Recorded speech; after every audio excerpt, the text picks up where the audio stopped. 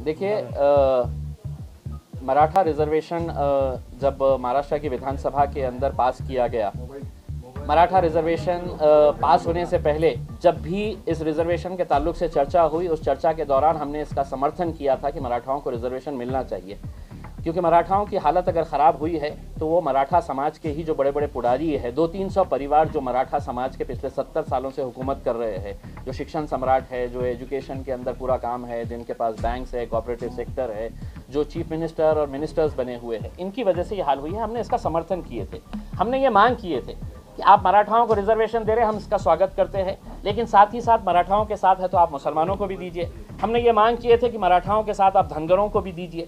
लेकिन हमको एक बात का एहसास हुआ कि उस विधानसभा के अंदर चूंकि मराठाओं समाज की परसेंटेज ज़्यादा है आमदारों की, तो सिर्फ एक ही आवाज़ के अंदर सुर चल रहा था कि नहीं, सिर्फ मराठाओं को। हमारा ये कहना है कि जिस प्रोसेस के अंदर गायकवाड़ कमेटी की रिपोर्ट के तहत ये जो रिजर्वेशन दिया गया है, हमने उसके ऊपर कुछ सवाल उठाए हैं। हमने ये कहा है कि जो प्रोसीजर अडॉप्ट किया गया है वो प्रोसीजर बराबर नहीं है। हमने कहीं पर भी है तो इनके रिजर्वेशन का विरोध नहीं किया है, लेकिन हम हमारे हक की लड़ाई आज जाएंगे तो किसके पास जाएंगे?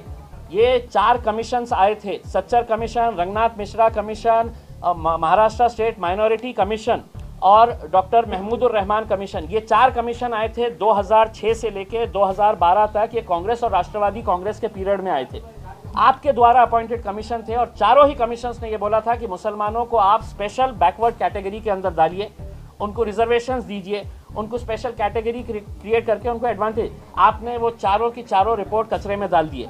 अब जब भाजपा और शिवसेना की सरकार आई और हम उनके पास गए मांगने के लिए, तो भाजपा और शिवसेना को कोई लेना देना नहीं है सरकार से, तो हम जाएंगे किसके पास? तो हम अदालत गए, और अदालत में अगर हम जाएंगे तो अदालत को हमको कुछ फैक्ट्स एंड फिगर्स बताना था। वो फिगर्स हमने क्या बताए कि हमने बताया कि मराठा को आपने रिजर्वेशन दिया, इस बुनियाद के ऊपर दिया कि उनका एजुकेशन परसेंटेज ऐसा है, उनका इकोनॉमिक स्टेटस ऐसा है, उनके पास कच्चे घर इतने हैं, उनके पास नल के कनेक्शन इतने हैं। ये एक्शन टेकन रिपोर्ट आपने ही खुद हमारे को दिया है कि हमने इस बुनियाद के ऊपर दिए। तो हमने अदालत के पास गए कि देखिए साहब, मराठास को आपने इस बुनियाद के ऊपर दिए हैं, मुसलमानों के बारे में भी आप बता दीजिए हमें।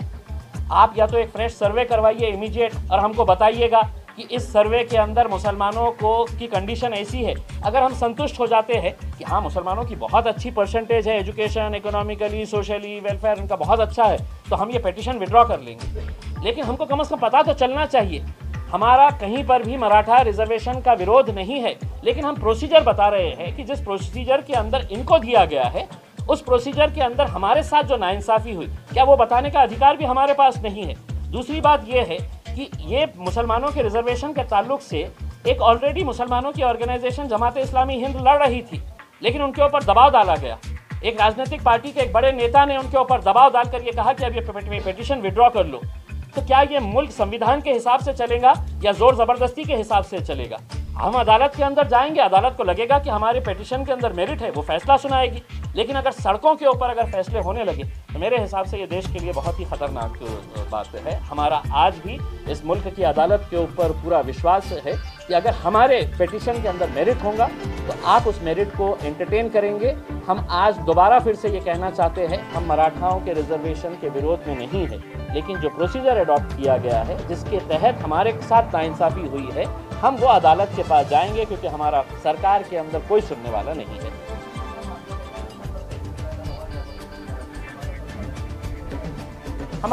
हमारा सबसे अहम मुद्दा यही है कि जो लैप्सेस किए गए हैं, वो लैप्सेस को अगर रेक्टिफाई करते हैं तो हमको ऐसा लगता है कि उसके अंदर हमें इंसाफ मिलेगा। दूसरी बात यह है कि हम सरकार से ये चाह रहे हैं कि आप जो डेटा मराठा समाज को रिजर्वेशन देते वक्त जिस डेटा को आपने तैयार किए हैं, वो डेटा कम से कम आप इमीडिएट सरकार को अगर डायरेक्शंस देते हैं कि कास्ट वाइज सेंसस 1931 ऑनवर्ड्स है तो कास्ट वाइज सेंसस हुआ नहीं है, डेटा कहाँ से आया हमको पता नहीं है, हमारे कितने बच्चे ग्रेजुएट्स है, अंडर ग्रेजुएट्स है, पोस्ट ग्रेजुएट्स है, ये हमको पता नहीं, हमारे पास कितने पक्के घर है, कच्चे घर है, पानी का नल किसके पास है, नहीं है, ये सब डेटा हमारे को भी दीजिए। ये हम पिटीशन के अंदर रिक्वेस्ट करे हैं कि सरकार को फौरन हाईकोर्ट ने इंस्ट्रक्शन देना चाहिए कि जिस हिसाब से तुमने मराठाओं का डेटा दिए है उसी हिसाब से मुसलमानों का दे दीजिए। अगर हम कन्विंस हो गए तो हम इमीडिएट वो पिटीशन विड्रॉ कर लेंगे। Thank you.